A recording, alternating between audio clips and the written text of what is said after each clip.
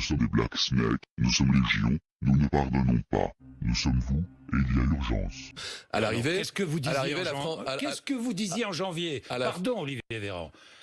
La vaccination, c'était le 14 janvier. Jean Castex, la vaccination, c'est la priorité des priorités. Et ça l'est. Le 14 janvier. Ça l'est. Oui, ça l'est toujours. Ça l'est, Jean-Jacques Bourdin. Non, mais heureusement que ça l'est. Bien 2 sûr. mois après, heureusement. Et 2 mois après, nous avons vacciné plus de 80% des résidents dans les EHPAD. 2 mois après, l'âge moyen du Français vacciné, c'est 72 ans. C'est 72 ans. 2 mois après, nous avons proposé la vaccination à tous les soignants. Certains, beaucoup l'ont accepté, d'autres ne l'ont pas. Je suis sûr que t'as déjà eu des blaireaux dans ta vie. Est-ce que vraiment t'aurais la vie que tu veux si on n'avait plus de blaireaux dans ta vie? Doses vont être récupérées pour être inoculées à des personnes qui en ont besoin. Vous pouvez avoir toute confiance dans le vaccin AstraZeneca. Le président de la République a tranché cet après-midi au nom du principe de précaution. La décision qui a été prise, en conformité aussi avec notre politique européenne, c'est de suspendre par précaution la vaccination avec AstraZeneca. La réponse est simple, puisque les médecins de ville n'ont pas du tout pu assurer leur rôle de premier soin pour limiter le nombre d'aggravations, l'hôpital se retrouve saturé puisqu'il n'est pas du tout prévu pour ça. La saturation des hôpitaux de mars-avril ne vient pas du tout uniquement du virus, mais bien de la stratégie choisie. Tout s'est passé comme si le gouvernement, en mars-avril, avait complètement oublié la stratégie mise en place depuis 30 ans et ce qu'elle implique. La raison la plus probable de ce choix stupide vient du fait qu'ils n'ont absolument pas compris la politique qu'eux-mêmes sont en train d'appliquer. Et c'est ce qui arrive lorsque l'on suit bêtement une idéologie. On a le fantasme de penser que si on avait une vie où il n'y aurait que des gens sympas, et qu'on exterminait toutes les personnes dans notre vie qu'on va pas aimer, qu'on va détester. Elle m'a trompé, c'est un enculé, elle m'a quitté. Et je suis sûr que t'as déjà eu des blaireaux dans ta vie. Est-ce que vraiment t'aurais la vie que tu veux si on avait plus de blaireaux dans ta vie? Des fois, quand on te dit juste t'es super, tu là, ah mais c'est vrai, je suis un peu super. Non, c'est pas un discours, ce sont mes tests PCR. Et on finit par nous-mêmes présenter aux autres avec cette identité. Non, je voulais juste dire un petit mot. D'ordinaire, il y a un léger fossé, voire un gouffre, n'est-ce pas, même qui sépare les clowns qui remettent les Césars, d'habitude, et les artistes sérieux qui les reçoivent. Eh bien, ce soir, l'Académie jette une passerelle, n'est-ce pas, hein, sur ce gouffre que nous empruntons joyeusement.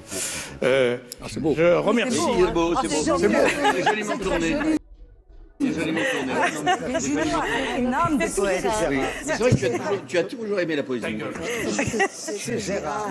Je voulais aussi remercier la chance, le destin, Dieu peut-être, de nous avoir réunis, d'avoir rencontré ces crétins. Parce que quand même, je m'aperçois que nous sommes, depuis plus de 50 ans, cas contact.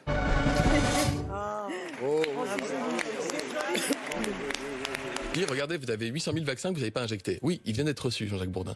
Quand vous avez un centre de vaccination qui planifie tout sur une semaine, et que vous avez des livraisons qui arrivent le vendredi, par exemple, il est tout à fait normal que mais c'est pas qu'ils ne veulent pas. Beaucoup ne veulent pas. Pardon, beaucoup ne veulent pas en disant AstraZeneca, c'est dangereux, on n'est pas sûr de ce vaccin. Bon, je ne peux pas vous laisser dire que les soignants disent que le AstraZeneca est dangereux. Non. Mais j'ai entendu tellement de témoignages. Jean-Jacques Bourdin, les soignants. D'enculé de blaireau à derrière de ta tête. Et du coup, tu te mets à faire des choses. Des fois, on veut prouver aux blaireaux qu'ils ont tort. Des fois, les blaireaux, c'est nos parents. Des fois, nos blaireaux, c'est nos frères ou nos sœurs. Des fois, t'en as qui sont blaireaux juste 5 minutes. Hein. Cette fameuse loi d'attraction qui nous dit que dès lors que je pense à quelque chose, je crée ma réalité. Est-ce que c'est vrai? Est-ce que c'est faux? Peut-être que vous avez un côté sceptique par rapport à cette loi qui peut paraître un peu bisounours. Peut-être que vous dites « Ouais, j'adore cette loi, je veux l'utiliser ». Peut-être que vous avez vu le film Le Secret. Est-ce qu'elle marche? Est-ce qu'elle ne marche pas? Ce que je vous propose, c'est de partir d'un présupposé, c'est d'y croire. Je considère qu'en France, on est un pays égalitaire, égaliculation d'un État à l'autre en fonction de son statut vaccinal, qui s'apparente plus à une notion de passeport. Et la question de l'accessibilité des lieux qui sont aujourd'hui fermés, lieux culturels, sportifs et autres, lorsqu'ils seront rouverts pour des publics en fonction de données sanitaires, vaccinales ou autres. Ce sont 2 sujets. Je vais vous dire ma conviction profonde. En France, on prononce mainstream et qui est financé par les laboratoires pharmaceutiques, parce que c'est la méthode du professeur Perroni que j'utilise. Évidemment, on se garde bien d'en parler, qui a découvert que si on appuyait très fort sur les 2 pouces avec le majeur et l'index, on déclenchait le méridien du nez. Et si on faisait beaucoup de pression dans les fosses nasales et les fosses gorgiques, ce qu'on appelle dans notre jargon, le virus était détruit. Absolument. Et donc, je vous encourage tous à le faire. On doit essayer. Et toutes les 3 minutes. Voilà. Ok, la manipulation marche. Dès lors que je pense à quelque chose, je crée ma réalité. Est-ce que c'est vrai? Est-ce que c'est faux? Peut-être que vous avez un côté sceptique par rapport à cette loi qui peut paraître un peu bisounours. Peut-être que vous dites « Ouais, j'adore cette loi, je veux l'utiliser ». Peut-être que vous avez vu le film Le Secret. Est-ce qu'elle marche? Est-ce qu'elle ne marche pas? Ce que je vous propose, c'est de partir d'un présupposé, c'est d'y croire. Si j'avais plus de temps, on pourrait partir sur les neurosciences d'éléments qui, sans dire qu'ils la valident à 100%, nous montrent que déjà, le cerveau est un émetteur et un récepteur des fréquences radio. Albert Einstein était déjà en train de montrer que notre cerveau émet et reçoit des fréquences. La science est en train de pouvoir permettre à des machines de réceptionner l'onde du cerveau et permettre à des personnes tétraplégiques de contrôler leur ordinateur. D'autres études nous montrent que l'impulsion électromagnétique envoyée par le cœur est plus puissante que même celle envoyée par le cerveau. Ce qu'on sait aussi, c'est que le cerveau fonctionne avec une partie qui est le neuroactivateur système, qui nous permet en fait d'être un genre de Google intérieur. Ce Google intérieur filtre ce qui est important pour nous à l'extérieur. Là, on pourrait parler de la loi d'attraction à plusieurs niveaux. Du niveau le plus cartésien, concret, un niveau entre les deux, au niveau le plus perché. Ce qui est certain, c'est que notre énergie détermine notre vie. Nos pensées créent l'imagination, créent le futur.